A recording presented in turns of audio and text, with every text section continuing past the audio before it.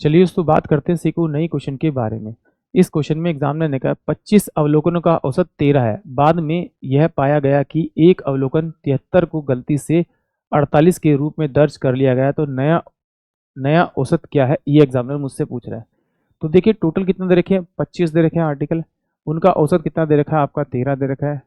तो 13 पंजे 65, 5 6 बचेगा, तो 13 दूनी 26, 26 और 6 कितना होगा आपका 32 होगा, यानी कि 325 टोटल होगा। अब क्या कह रहा है एग्जामिनर कि उसने ना एक अवलोकन को गलती से पढ़ लिया, पढ़ना 48 था, एक अवलोकन 73 को गलती से 48 के रूप में दर्ज कर लिया, यानी कि दर्ज करना था 73, उसने लिख कितना दिया 48, तो इसका डिफरेंस करेंगे 48, तो 8 5 13, तो ये आ जाएगा 6 6 में से 2 यानी 25, यानी कि उसने 25 कम आंक लिया, तो उसमें 25 आप जोड़ दीजिए, तो ये कितना हो जाएगा आपका 350। टोटल जो सम आ रहा है वो टोटल सम आ रहा है 25 अवलोकन का एक्यूरेट 350, तो 350 आ रहा है, तो इससे क्या कीजिए आप 25 से डिवाइड कर दीजिए, तो 25 एकम 25 आएगा आपका।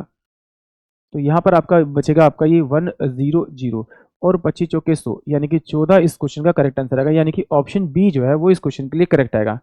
तो देखिए जब भी इस प्रकार का क्वेश्चन आता है तो बच्चों से गलती क्या होती है, वो यहीं पर होती है कि वो क्या करते हैं, वो सोचते हैं कि 73 में से 48 माइनस करके जोड़ देते हैं, या फिर जोड़ने की जगह वो क्या करते हैं घटा देते हैं। तो पहले ही सबसे पहली बात है, जब भी क्वेश्चन है तो इसको यहाँ पर इस स्टेटमेंट को ध्यान से देखिए ताकि गलती ना हो।